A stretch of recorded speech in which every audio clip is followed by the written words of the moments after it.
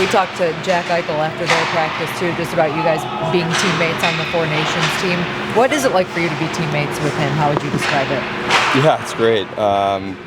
We played together at the U.S. program, and such a great relationship with him, and so many good memories. And the Four Nations, to see now we're both a little bit older. We've been playing in the NHL. His success is probably no surprise to a lot of people, but to be close with him and see it up front, see how hard he works, how dialed in he is. It was great to see, and great memory for both of us. Something I'll always remember is that Four Nations, and the level of talent, and how awesome it was hanging around the guys, and being back with Jack was pretty special. What ways did he impact the team? Obviously, we see what he can do on the ice, but how would you describe him as a leader, a player off the ice?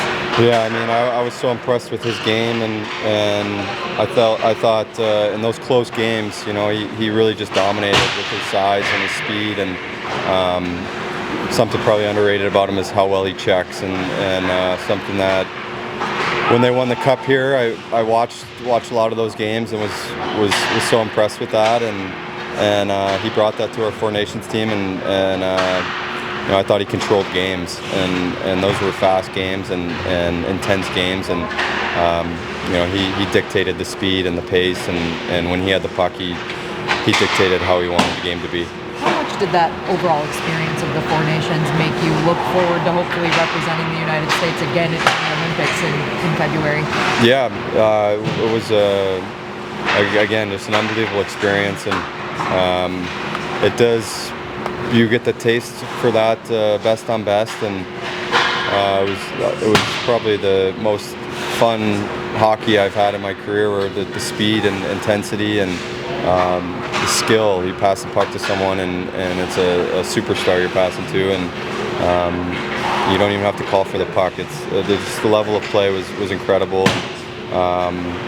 There's that side of it, and there's the side where we felt like losing in the championship game wasn't fun. It left a bad taste in our mouths, and I feel like with that group we have unfinished business, and be exciting to have an opportunity to try and be a part of that again. How much difference has having Eichel on the back end made? He picked up another point last game, setting up Lucas's goal. Yeah, he's a really special player. His demeanor, how calm he is, how confident, not cocky, but confident in his abilities, and he makes a mistake, like we all do. He goes out there and he elevates, and he tries to make up for it, not by doing too much, but by making a nice play, a nice pass, getting a shot through, making a good defensive play. So I've noticed that about him. I think it's going to make him special is his competitiveness, and how he understands himself and understands the game he wants to play. Well, that's my follow-up. It's an incredible thing. He's only 20. And this is his first year in North America. Once he really, adapts and gets acclimated a few years down the road, and he fills out more physically what he can become. Yeah, the sky's the limit for him, honestly. Puck skills are unbelievable. He handles it. He plays. He thinks like a forward, which in this NHL, today's NHL is, you look at all the top high-end defensemen. They all are like a fourth forward out there. So I think he has that in him, and I think he's focusing on playing defense, and you got to defend in this game, and that also says a lot about him. Looking at the road trip up to this point, obviously a week on the road, but aside from the wins, what have you liked most about the team's game so far? Again, I think we've won in different ways, and I think that it's hard on the road, and there was question marks after our first Buffalo and New York Islander road trip, and we didn't play well, and we responded against some good teams on a tough trip, and I'm excited that it wraps up in Vegas against a team like this. It's going to be a huge test, and I think it's going to be a really good hockey game, and hope we're ready to go. So. JT, what's made the penalty kill successful this season? I think it helps having a little experience with, Todd and Jan's system at the end of last year, and we talked a lot about it in the summer and training camp, and now I think we're adapting better. We're a little more comfortable being aggressive, but we're also adapting to what teams are trying to do to us and reacting better and just kind of playing and not being stuck in this is my job. Like they always say you're down a man, so it's going to be you're playing two guys at one time. So I think that we're adapting as teams try to do different stuff to us. As much as you can describe it, what's different about it this year than what you guys were doing last season up until Todd joined? I would say we're a little more aggressive and we're more confident in it. Like when you can kill a few, especially late in games, you get a little more confidence in it. It's like anything in the game, power play or 5-on-5, and I think we're continuing to build that confidence around penalty kill. You guys find another way to win tonight in San Jose. I guess the resiliency of this group, we've talked about it a lot, but just being able to do it on the road, how important is that to build now that the season's getting going here? Yeah, it's hard to win on the road. I mean, obviously you'd like to clean that one up in regulation, but anytime you can get 2 points on the road, you can't be too disappointed in it. And gives us some stuff to look at and work on and clean up. And but yeah, it's hard to win on the road in this league, and we have another big opportunity tomorrow to keep building points on this road trip. What are the challenges of wrapping up a road trip like this against a team like Vegas? Yeah, really good hockey team, a lot of depth, a lot of speed. It's gonna be a great test for our team. I know we'll be excited. We got a good little short practice today to make sure the legs are feeling good, and yeah, it's another chance to get 2 points on the road. Thanks, JT. I'm going to really ask you, your decision to break up Saida and Sherratt and pair Sherratt with Eichel, what mostly led into that? Just like the lines, sometimes things get stale for players.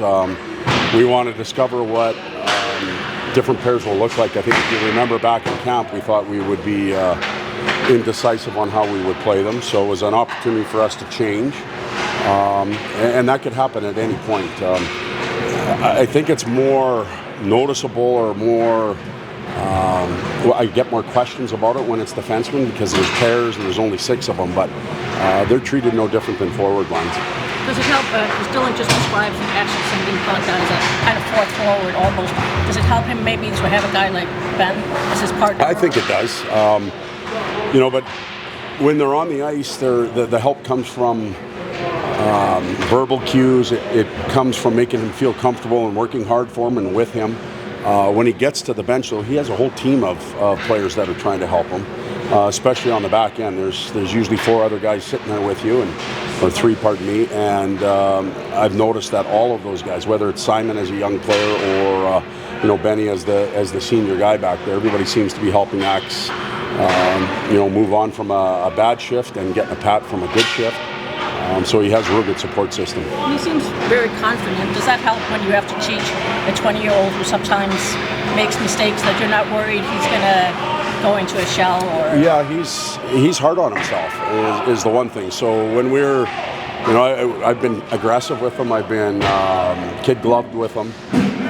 Jans has been excellent with him because he's working with him. He's molding him a little bit. But the one thing Axe is water off his back. He doesn't crumble. He doesn't fold up. He gets determined and he wants to fix what was wrong and make what was right even better. And that's a real positive sign. In terms of Vegas, Larkin talked about embracing the challenge and facing this team down the road trip. How do you view Vegas as a team, and what are some of the things you need to prepare for? Well, I would view Vegas as one of the top teams in the league, certainly. They've proven it for years. They seem to make moves in the summer that keep them relevant. Mitch Marner's a huge addition to them, but prior to that, Thomas Hertl, and they've got some size. They play a well-rounded game. They don't give up much at all. So you've really got to earn your offensive opportunities, and you better be alert defensively. So in my mind, they're one of the teams that could hoist the cup at the end of the year, but there's a lot of hockey to be played. Dylan was also just talking about how after that first road trip in Buffalo and New York, there were some questions about the road game, but has liked it a lot more on this road trip. What have you liked about what your team's done at this point, finishing up tomorrow in Vegas? Well, to this point, like sometimes I'm afraid to answer that question because the trip's not over, and it's like we're putting a bow on it, and there's nothing worse than that. But to this point on the trip, we've shown some resiliency. We haven't been leading in very many of the games, but we've been able to come back, and that's a real positive. But on the other side, it's a negative. We'd like to play with the lead. I think that we've found some players or combinations of lines that have worked for us to this point. The goaltenders have given us pretty good nights, so that's a good thing. You classify it as a successful trip to this point, but there's a lot of teams in the league that will go 3-2 on a 5-game road trip. You just become average if you just blend in. So we're going to challenge the guys to come up with their best tomorrow, and we'll see what happens.